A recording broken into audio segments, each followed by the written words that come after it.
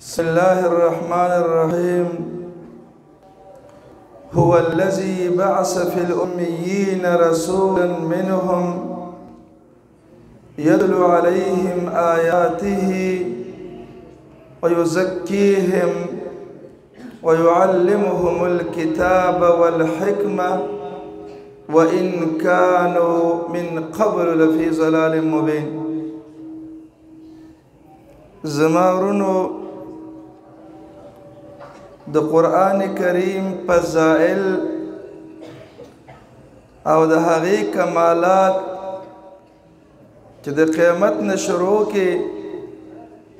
او د دنیا د اختتامه پورې هغه بیانې سر ته نه رسېږي. ولې؟ ځکه دا د رب العالمین کلام دی، هغه ذات چې د هغې مساویه او مثال نشته، نو د هغه د کتاب هم مساویه او مثال نشته. د دې وجې نه قرآن کریم په خپله په قرآن کریم کې په زرهاو کرت د قرآن کریم صفت په خپله کړی دی. هغه کتاب د الله چې په ډېر مختصر الفاظو باندې په یو جمله باندې په یو آیات باندې ټول دین ته اشاره کوي، د الله رب العالمین کلام دی. او د هغه انسان په خولې باندې شرح شوی دی چې کوم په ټولو عربو کې فصیح انسان و چې هغه رسول الله وسلم دی. قرآن کریم دا کم آیات چې ما ولوسته دې کې الله د قرآن تذکرې ته اشاره کوي او د هغې صفت او منقبت ته. الله فرمایي الله هغه ذات دی چې الله رب العالمین په دې عربو او په دې امینو کې زمونږ امت دې ته امي امت وایي، او د یهودو طریقه هم دا وه چې د زمونږ نبي ته به نبی الامیین ویل، دا د امینو پیغمبر دی. د دې وجې نه زمونږ نبي فرمایي نحن امة امیه، زمونږ امت د امینو امت دی. لا نکتب ولا نقرأ، نه موږ لیک کولی شو نه موږ لوستل کولی شو. په دې امت کې به لږ خلک داسې وو چې هغې به لیکل کول، خو عام خلکو دا رواج نه و. د دې وجې نه نبي کریم وسلم دا میش خلکو ته ښیي، وایي میش کله کله د یو کم دیرشو راځي او کله د دیرشو راځي، نو په لاس یې ورته ښیي. وایي الشهر قد یکون هکذا، نبي کریم وسلم فرمایي میش الشهر قد یکون هکذا هکذا و هکذا و هکذا دیرش، او داسې وایي قد یکون هکذا، یوه ته نه کمی. دا ولې په دې ګوتو حساب ورکوي؟ دا د دې اشاره کوي چې نحن امة امیه. الله دې امینو ته قرآن کریم راولېږه، پیغمبر یې راولېږه. الله د دې قرآن کریم کمال دا ښیي چې کله پیغمبر راغی او آیاتونه دې خلکو ته ولوستل، الله فرمایي د دې کمال دا شو چې د دې قرآن نه مخکې خلک په ډېره ښکاره ګمراهي کوو، د قرآن کریم په وجه باندې ټول نظام بدل شو، د ټول خلکو ماحول بدل شو، ټول اجتماع بدله شوله. مخکې اجتماع په یو شکل باندې وه، د قرآن کریم د راتلو په بل شکل باندې شوله. د هغه مخکې اجتماع یو څو مثاله د در وښیم. د اسلام نه مخکې په دې عربو کې زناونه او فحشاونه داسې حد ته رسېدلي وو چې یو خاص کور به جوړ شوی و، هغې ته به زناکارې ښځې جمع کېدلې، هغې باندې به جنډې لګېدلې وي، په هغې باندې به یې نوم لیکلی و چې هذه بیوت المومسات، دا د هغې زنانو کورونه چې کوم په زناونو باندې دي. څوک چې زنا کوي د هغه کور دا دی. قرآن کریم چې راغی نظام بدل شو. د دې نه مخکې داسې یو رواج و، په یو زنانه باندې به 120 راجمع شولو، هغې سره به زنا وکړله، هغې نه چې به کله بچی پیدا شو نو بیا به قائب ته لاړ، یاره د دې بچي نخل چا ته ورته په دې خلکو کې یو پې قرعي اچولي. الله فرمایي دې نه مخکې عرب په داسې ګمراهي کې و، فحشا یې په دغه اندازه کې وه. دې نه مخکې عرب اقتصادي لحاظ سره په دومره غربت کې و چې مردارې به یې خوړلې، پوټکی به خوړل، اډوکی به خوړل. اسلام چې راغی ترقي ورپکې راغله. د دې نه مخکې چې قرآن نو راغلی او پیغمبر نو راغلی بخل په عربو کې دومره حد ته رسېدلی و چې یو سړي به یوه اوښه لوشله به یې نه وایي د دې اواز به زما ګاونډي واوري او هغه به ما ته وایي چې ماله دې پیدا کړه نو راوبه لګېدل او د اوښې په غلاو زمانې به د خپلې خولې کې ایښودلې چې اواز یې به هر څوک وانه اوري بخل داسې اندازې ته رسېدلی و اسلام چې راغی نظام بدل شو اسلام چې راغی بیا داسې وخت هم راغی چې همدغه عربو همدغه خلکو یو کس راولګېدی او په یو غذا کې 900 اوښان ورکول فی سبیل الله لکه عثمان بن عفان رضی الله عنه رسول الله صلی الله علیه وسلم تبوک د جهاد دپاره د چندې اعلان وکړ حدیث مسند احمد کې راغلی دی عثمان رضی الله عنه راولګېده او 300 اوښان یې په دې جیش کې ورکړو ځکه دا 13 کسانو فوج و هغې ته د سورلۍ سخت ضرورت و دشمن ډېر لرې و 300 اوښان یې په یو ځل ورکړل مخکې داسې وخت و چې یو ګوټپۍ به چا نه ورکول خو چې اسلام راغی یو کس 300 اوښان ورکول رسول الله صلی الله علیه وسلم بیا اعلان وکړ چې دوباره اعلان وکړ بیا 300 ورکړه نبی کریم صلی الله علیه وسلم بیا اعلان وکړ چې بیا اعلان وکړ بیا 300 ورکړه 900 اوښان په یو لښکر او په یو جیش کې دا عثمان رضی الله بیا ورکړل دا د اسلام تبدیلی نه وي چې رالب کې نبی کریم صلی الله علیه وسلم د پیسو اعلان وکړ عثمان رضی الله دومره پیسې راغلې چې په دې لاس یې په دروند شوي وو د رسول الله صلی الله علیه وسلم په دې غېږ کې وشیندلې نبی کریم صلی الله علیه وسلم فرمایي ما ضر عثمان ما عمل بعد اليوم چې نن نه اخوته عثمان یو عمل ونه کې بس دا یې کافي شي دا ترقي چا راوستله اسلام دا دې کتاب چې دا زموږ مخې ته پروت دی هم دې راوستله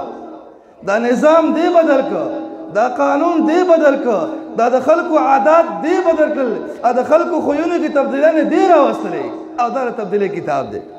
هغه خلک ډېر غلط وایي چېرې دا زوړ دین دی او زوړ قانون دی دا داسې یو ناشنا کتاب الله را لېږلی دی 1400 کاله مخکې هم لګېده او 1400 کاله وروسته هم دا لګېږي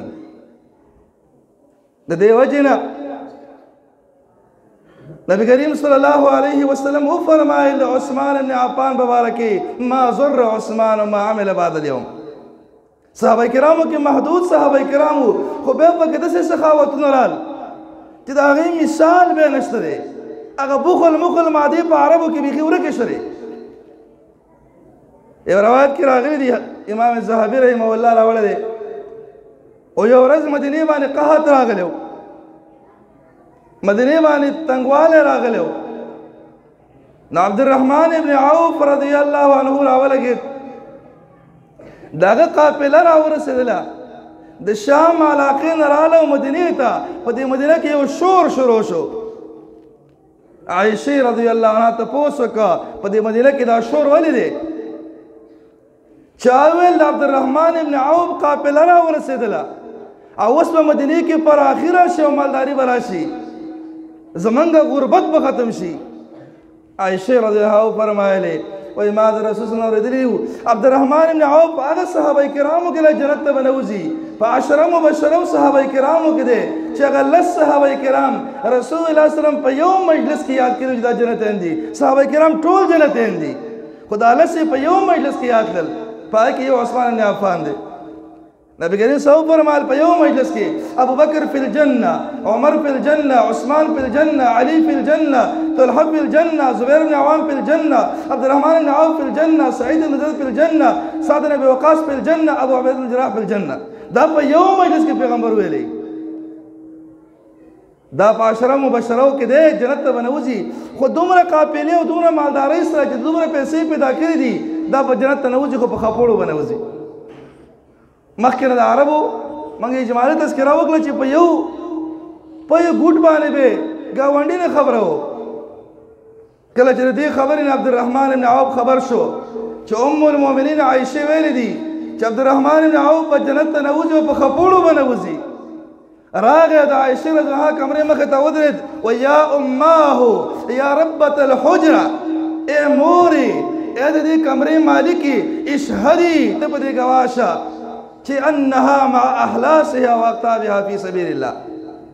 دا وسو خان می سره د ټاټونه او سره د بارونه ټول مې الله ورکړه او واني لادخل الجنه ان شاء الله قائما کله یو غواړي زه به جنت ته نیغ روانه مې وای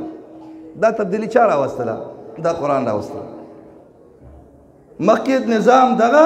او وروسته تبدیلی دا راوستلې عربو کې دومره حالت و مخکې نه چې رالګېدل به په یو څاڅ کې د شاتو باندې قومونو دشمنۍ کړي دي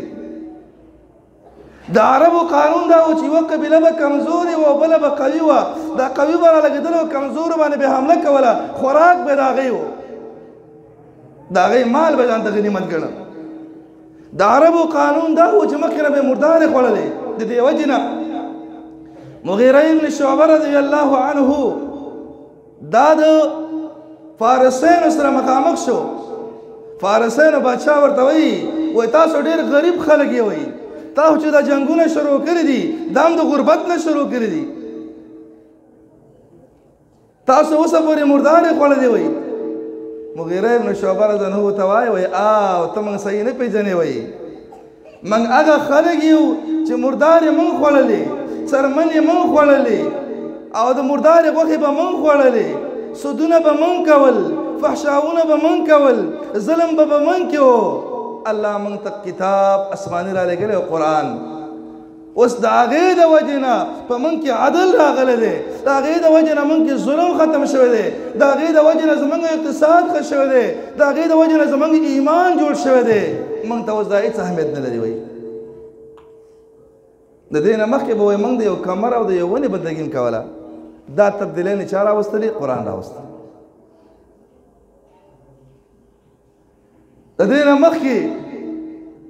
او دې صحابه کرام هم دا د رسول الله صلی الله یاد کړي وو نبی کریم صلی الله علیه وسلم کې په خپل هم دا صفات وو صحابه کرام هم په دغه صفاتو روزلي وو نبی کریم صلی الله علیه وسلم ته یو میلمه راغی دا سخاوت د صحابه کرامو د رسول الله نه یاد کړی وو رسول الله صلی الله علیه وسلم یو میلمه راغی ورته ویل انی رجل مجهود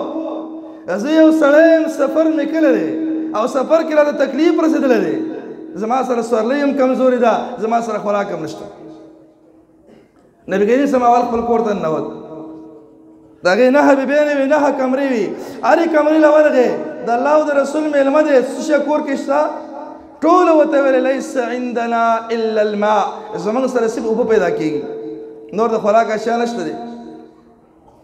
هغې نه وروسته رسول صلی الله علیه وسلم جومات ته راوت د پیغمبر 9 بیبیانې دي او د 9 بیبیانو سره یو میلمه خوراک نه پیدا کېږي پیغمبر داسې اعلی متوکل انسان هم جماعت ته راوت مسجد ته د الله او د رسول میلمه راغلی دی ابو طلحه ورته وایي زه به ځان سره بوځم چې کله یې بوته خپل بیبي ته وایي کور کې څه شی شته دی د الله او د رسول میلمه مې راوستی دی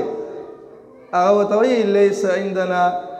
الا قوت صبیاننا د ماشومانو دپاره لږ شان طعام دی نور څه نشته دی ابو طلحه ورته وایي د رسول الله میلمه دی وایي عللیهم نومیهم دا ماشومان مصروفه کا او دې کا دا طعام هغې له مه ورکوه خو چې کله د طعام ټیم راغی خپلې بیبي ته وایي چې کله یې طعام راواغست ته به په دې نیټ پاڅېږي چې دا ډیوه زه برابرومه ایسته به یې بنده کړې ما او تا به هسې لاس ښکته کوو هسې او دا مېلمه به خوراک وکړو ځکه د ماشومانو خو ډېر لږ خوراک وي که ما او تا اوسه خوراک کوو دا مېلمه به نه مړېږي نو بیا راولګېده چې کله یې خوراک کېښود د بیبي پاڅېدله او د ډیوه کې ګوتې والی ډیوه بنده کړه دې دواړو هسې خوله ته لاس وړل او راوړل او مېلمه خوراک وکړ دواړه د وږي وده شو د شپې د مخې نه مېلمه باندې خوراک وکړ الله رب العالمین د هغې په باره کې وایي ویؤثرون علی انفسهم ولو کان بهم خصاصه صحابه کرام هغه خلک دي په ځان نور غوره کوي ولو که په خپله د ډېرې لږې سره مخامخ دی ده او نبی کریم اسلام چې کله سهار مخامخ شو رسول الله اسلام ته وایي لقد عجب الله لقد ضحك الله من صنيعكما الليله البارحه بېګا شپه چې تاسو کوم کار کوو الله هغې ته تعجب کوو الله ورته خندلې مخکې د عربو رواج دا و چې یو څاڅ کې د شاتو باندې دشمني کوله خو د دې کتاب د وجې نه داسې تبدیلۍ نه رالې چې بیا یې خپل بچي وږي پرېښودل او مېلمه یې مړه وبې دا قرآن کریم دی چې د مخکنۍ تیارې ختمې کړلې او نورې راوړ منځته د قرآن کریم نه مخکې د عربو عقاید په داسې اندازه باندې وو بتانو ته به یې سجدې لګولې کمرو ته به یې لګولې ونو ته به یې چغې والې چې بل څه به یې پیدا نه کړل شګو ډېرکۍ به یې جوړه کړله هغې باندې به یې چلۍ راولشله او به هغه ته په سجدې باندې پروت و د ځان سره به بوتان جوړ کړي د کجورو نه هغې ته به سجدې لګولې خو چې کله اسلام راغی قرآن راغی دغه ټول نظام بدل شو هغو ته به سجدې نه لګولې نه د کاڼي بندګي کوله او نه به د ونې بندګي کوله او نه به د بوټي بندګي کوله او نه پیریانو ته به چغې والې د قرآن کریم نه مخکې به دی یو ونه کې به پیری ښکاره شو هغې ته به چغې والې عزا یو مشهوره پیری وه دا په یو ونه کې ښکاره شوې وه نو دا مشرکین به ورتل او هغې ته به پرېوتل او چغې به ورته والې چې کله قرآن راغی اسلام راغی بیا هغه حیبت د خلکو زړونو نه ووته خالد بن ولید رضی الله عنه نبی کریم سلام ولیږه د فتح د مکې نه وروسته وایي لاړ شه دا ونې ووهه یوه ونه یې وواله بله یې وواله څه یې پیدا نه کړل نبی کریم سلام ته درېیمه هم ووهه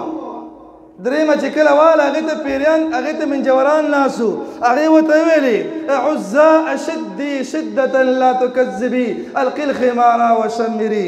فإنك إن لم تقتل اليوم خالدا تبوئي بذل عاجل وتنصري وإي عزا زما کومکم کوا خپل انتقام ماخلا او مقابله ته ځان تیار کو پنسي را پړی و خالد ویل زه په هغه ذهن نیم را روان چې مخکې را روانم مخکې د قرآن نه مخکې زما ذهن دا و تا ته به مې سجده لګوله تا نه به مې یېره کوله خو زه نن هغه خالد نه یم وتوي يا عزا كفرانك لا سبحانك إني رأيت الله قد أهانك وإي عزا زنن ستانا شکرې له راغلی ما تا ستا شکر نه ادا کومه تا د سجدې نه نه لګومه زما په الله یقین دی الله به زما په لاس مکوي اوس هغه ونه یې وواله یوه پیرۍ ته راووتله هغه یې هم وواله رسول صلی الله علیه لا عزا بعد اليوم د نن نه وروسته به عزا به پاتې نه شي هغه صبر طاقتونه چې په دنیا کې د هغې نه بل غټ طاقت نه و یو د ایران او د فارس طاقت په دنیا کې او یو د روم او د ایټلی والا طاقت په دنیا کې د رسول الله صلی الله علیه وسلم په دغه دور کې دو طاقتونه قوي وو او د عرب ډېر خوار علاقه وه زراعت والا هم نه وه په دې باندې کوم باچا حمله هم نه کوله ځکه وخت یې پکې نه اوبه هم پکې نه وي وخت هم پکې نه تېرېده خو عام لیول کې دا د پارسیانو سره وه د یمن یو صوبه جوړېدله یمن د فارس سره خو چې کله قرآن کریم راغی او نبی کریم سلام راغی دغه بهادر صحابه کرام دا خلکو ته به ودرېدل رسول الله سلام ته قرآن کریم آیات وایي قل یا اهل الكتاب تعالوا الى كلمة سواء بيننا وبينكم هغه د فارس او د ایران بادشاہ چې صبر طاقت هغه ته جواب لګي ويا أهل الكتاب تعالوا إلى كلمة سواء بيننا وبينكم هغه صبر طاقت ته چې هغه د روم حکومت و هغې ته جواب لګي عظیم الروم ته وایي تعالوا إلى كلمة سواء بيننا وبينكم رسول صلی الله علیه وسلم اسلم تسلم والا فعليك اسم الاريسين اسلام راوړی بچ بچي کې اسلام را نه وړي دې ټولو زمیندارو فوجونو ګناه په تاسو په غاړه باندې دا جرأت چا پیدا کړ په دې عربو کې چې ټوله دنیا ته نه بیرېدله دا قرآن کریم د دې وجې نه هغه صبر طاقتونه به د پیغمبر او د عربو نه سخت یېرېدل هغه مشهور روایت چې امام بخاري رحمه الله راوړی دی چې کله د هرقل بادشاه ته د نبی کریم صلی الله علیه وسلم خط ورسېده او د قرآن کریم آیات یې پکې لیکلی و دا چې کله هغه ته ورسېده د روم بادشاه راولګېد او ډېر ورخطا شو خپل پارلمان یې راجمع کړ او خلکو ته یې وویلې وایي سیملک موضع قدمی هاتین دغه نبي چې دا په کومه کرسۍ زه ناست یم د دې واک به ما هغې له ورکول کېږي وایي دا په حقه پیغمبر دی وایي زما ورونو دا څه وجه وه چې د قرآن کریم په وجه باندې ټوله دنیا بره لاړه ټول صحابه کرام بره لاړ معمولی محدود عرب او ټول دنیا ته اسلام خور شو دغه د الله کتاب موږ سره دی موږ یې ویو هغه یې ویو موږ یې ویو هغه سم الله وعده کړی ویو موږ سم الله وعده کړی دی څنګه موږ شاته روان یو موږ شاته روان یو او هغه خلک مخکې روان دي د هغې وجه دا ده چې صحابه کرامو ته د عزت والا کتاب هغه قرآن کریم ښکاره کېده او موږ ته د عزت کتاب انګریزي ښکاره کېږي موږ ته کمپیوټر ښکاره کېږي موږ ته ساینس موږ خپل بچي د دې دپاره لیږو چې یاره کوم ځای کې به ښه سکول کې ښه انګلیش ویله کېږي چې ښه کمپیوټر پکې وایي په هغې باندې پیسې هم ورکوو په هغې باندې بچی هم وو د هغې لحاظ هم ډېر کوو خو چې زمونږ آسماني کتاب دی هغې ته موږ سپک ګورو هغې باندې خرچه هم نه کوو هغې ته بچي هم نه رالیږو هغه ته پالتو خلک زمونږ په ذهن کې ښکاره کېږي نو چې زما په ذهن کې چې زه قرآن کریم باندې پوهېږم زما په ذهن کې ما ته قرآن کریم پالتو کتاب معلومېږي نو د غیر مسلم به ستمه وکړي زمونږ د ذلت وجه هم دقه ده د دې وجې نه عمر فاروق رضی الله عنه شام علاقې له تللی هلته د خپلو مشرانو صحابه کرامو سره چې ملاقات وکړه هغې ډېر قدر مدار یې وکړه عمر رضی الله عنه په یو ساده شکل کې تللی و شړۍ جامې یې اغوستې وې او هغه ورغی هغه علاقې له نو د هغې وخت چې کوم صحابه کرامو مشران هغه استقبال ته راووتل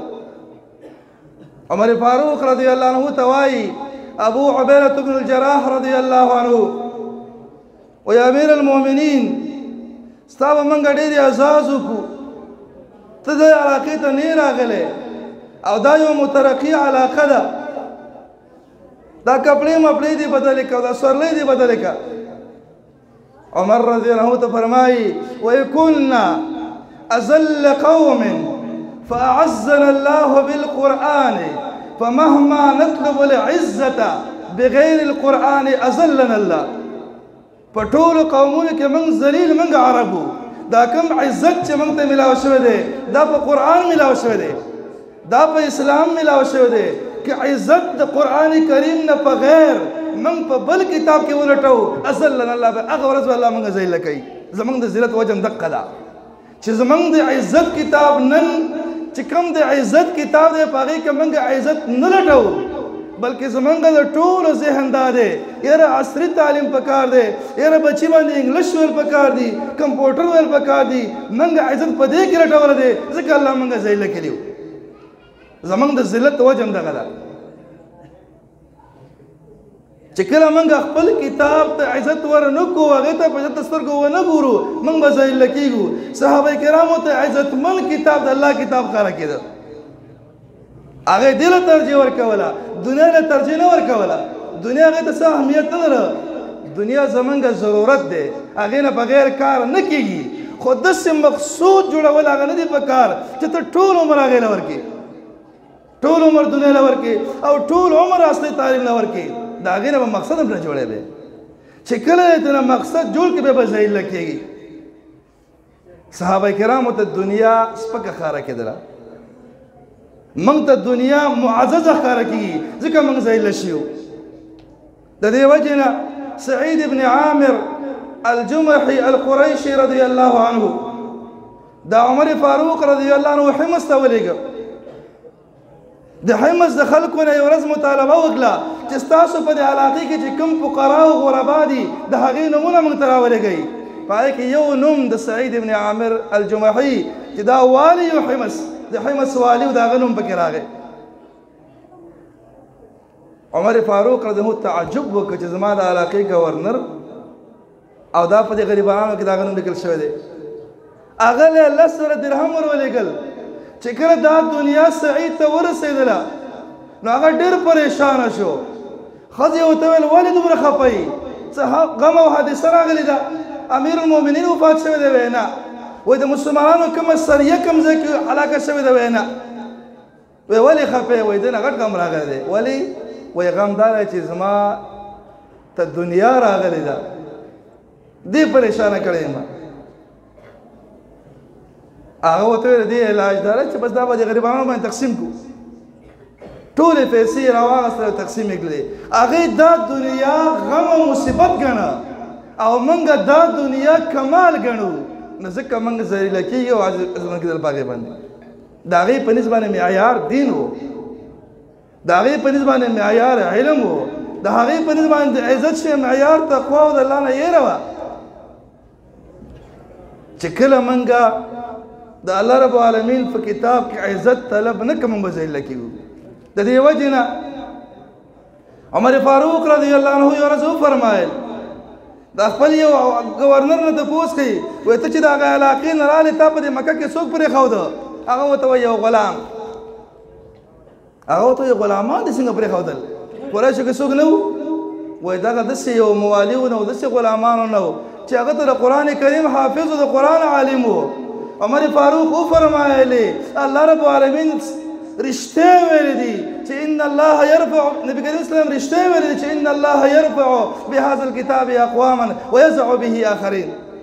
الله په دې کتاب باندې ډېر قومونو له عزت ورکوي خو ډېر ذلیله کوي هم نبی کریم صلی فرمایله یا اهل القرآن ای د قرآن کریم عاملانو قارینو تاسو د ټولو خلکو نه مخکې شوي په میدان کې تاسو ډېر مخکې تللي وئ د ټولو خلکو نه سړی مخکې کېږي په قرآن به مخکې کېږي رسول الله صلی الله علیه وسلم به په شهداو د احد کې تپوس وکړه چې یاره په دې شهداو د احد کې کوم یو د قرآن کریم ډېر قاري دی چې چا به ویل دا پکې غټ قاري دی وایي دا مخې ته کې قبلې ته ورنږدې کړي رسول الله صلی الله علیه وسلم ذوالجادین یو صحابي دی هغه د شپې خو نبی کریم صلی الله علیه وسلم فرمایله انک لأواه تلاو للقرآن ته هغه انسان ته به قرآن ډېر لوسته ته به الله ته ډېرې چغې والې رسول صلی په خپل لاس باندې خو د هغې څه د معیار د عزت قرآن کریم و خو قرآن کریم د پاره یو څو شرطونه هم دي دا اول دا خبره موږ ځان ته کوو بیا دا کوم ملګري چې فارغېږي هغو ته دا ویو قرآن کریم د الله کلام دی په دې کې غټ فضیلت دی داسې اجر ماته په بل عمل کې معلوم نه دی نبی کریم صلی الله علیه وسلم فرمایي دې په یو حرف باندې لس نیکۍ نه دي بیا فرمایي ولا اقول الف لام میم حرف میم یو حرف دی الف یو حرف دی لام بل حرف دی میم بل حرف دی نو الف لام میم باندې 10 نیکۍ نشته دی یو حرف کې الله لس نیکۍ نه ورکوي نو که قرآن کریم کې د زر حروف ولوستل نو لس زره نیکۍ نه دي وکړلې او که لس زره حروف دې ولوستل تقریبا 1 لاک نیکۍ نه به حاصلې کړي او دا ډېرې په اسانۍ حاصلېږي خو چې کله پکې سړی احتساب نیت وکړي نیت پکې صفا کړي نبی کریم اسلام د قرآن کریم په باره کې دا هم فرمایلی دي چې یو انسان په دې تاسو کې کم یو په دې خوشحالېږئ چې دی بهر صحرا ته وځئ د بازار ته وځئ عقیق ته وځئ بدخان ته وځئ او تاسو 2 خان 3 خان نغد ګټه وکړئ په لږ وخت کې وکړئ او نه پکې ګناه وشي او نه پکې قتل صدر رحمه وشي په دې ګټه څوک خوشحالېږي صحابه کرام د رسول الله ټول په دې خوشحالېږو نبی کریم صلی الله علیه وسلم سهار سره راشي د قرآن کریم یو آیات وخی بلتا یا ځان له ولولي یو آیات لکه یو وخ 2 آیاتونه لکه چې تا 2 خان ګټلې وي او بمثل اعدادهن من الابل چې څومره آیاتونه لري هغه خان حسابېږي خو چې کله کوم نیت صفا کړي نو د قرآن کریم دا کمال اله دی چې انسان کې اخلاص وي او که اخلاص نه وي بیا زموږ دپاره تباهي سبب هم دا دی الله رب العالمین فرمایي د عالم مثال د خر مثال دی که الله فرمایي د عالم مثال د سپي مثال دی الله یې تشبیه د خر سره ورکوي د سپي سره ورکوي دا ولې ځکه په هغه شروطو باندې صحیح چلېدلی نه چې بیا الله رب العالمین د هغې تشبیه کله د خر سره وکړي او کله فرمایي فمثله کمثل الکلب مثال د سپي په شانتې دی نعوذ بالله من ذلک د دې وجې نه شفی ابن ماتی اصبهی یو ورځ ابي هريره رضی الله عنه ته فرمایي حدثنا حدیثا سمعته من رسول الله صلی الله علیه وسلم موږ ته یو حدیث بیان کا چې تا د رسول الله خپل بالذات اورېدلی په من کې واسطه نه هغې مشهور حدیث چې کتاب العلم کې دا ټول محدثین راوړي دغه حدیث ته بیان کړ چې نبی کریم صلی الله علیه وسلم فرمایلی دي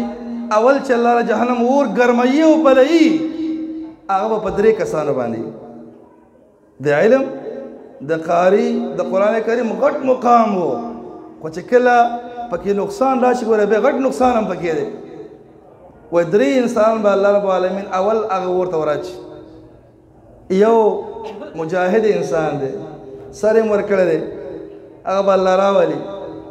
ورته ووایي تا سره ما دا نعمت کړی و دا خپل نعمتونه به ورته وښیي تا پرې څه عمل کړی دی نو هغه به ووایي چې یا الله ما خو هر نیکي کړې ده حتی دا یو سر مې و او دا مې ستا په دین کې ورکړی دی الله رب العالمین به ورته ووایي دروغ دی ویلي د دې دپاره جنګونه کول چې خلک د صفت وکړي ستا شهرت وشي او هغه په دنیا کې شوی و الله ملایکو ته دا اوس راکاږي ورته بوځئ نو ګوره مجاهد دی ورته لاړ بیا به یو سخي انسان پیسې به ډېرې لګولي هغه ته به الله وایي ډېرې پیسې مې درکړې وایي څه دې پې کړي دي دا به وایي یاره یو لاره د خیر نه وه لیکن پاکې مې لګولې دي الله به هغه ته وایي دروغ دي ویلې دریم به قاري او عالم د قرآن عالم د حدیثو دا به راوستلی شي دی به وایي چې الله ما خو علم یاد کړی او خلکو ته مې ښودلی دي الله به ورته وایي دروغ دي ویلې دا حدیث چې ابي هريره رضی الله عنه بیانوه بېهوشي پرې راغله چې دې ته راورسېد بېهوشي پرې راغله وایي دا علم موږ هم یاد کړی دی موږ ته هم خلک عالم وایي په 3 کرت یا 4 کرت بعد دا حدیث یې پوره کړه بېهوشي وایي پرې راتلله اخره کې چې پوره کړه د شفیع بن ماتیه لاړ د حدیث معاویه رضی الله عنه ویو چې د ابي هريره مې یو حدیث واورېد او دونه بېهوشي پرې راغله هغه په چغو چغو وژړلې زما ورونو قرآن کریم د الله کلام دی غټ مقام لري خو داسې نه چې موږ پرې ورته رالاړ شو الله رب العالمین دې زموږ د اعمالو اصلاح وکړي او دا کم ورونه چې زموږ فارغ شوي دي الله رب العالمین دې هغې د علم او د عمل صالح توفیق ورکړي سره زموږ نه او دا ځای دې الله زموږ نه قبوله کړي زموږ مخشر شیخ محترم شیخ سمیع الله صاحب راغلی دی بیان به هغه وکړي موږ لږ خبرې اوږدې کړې معافي غواړم هذا واخر دعوانا الحمدلله رب العالمین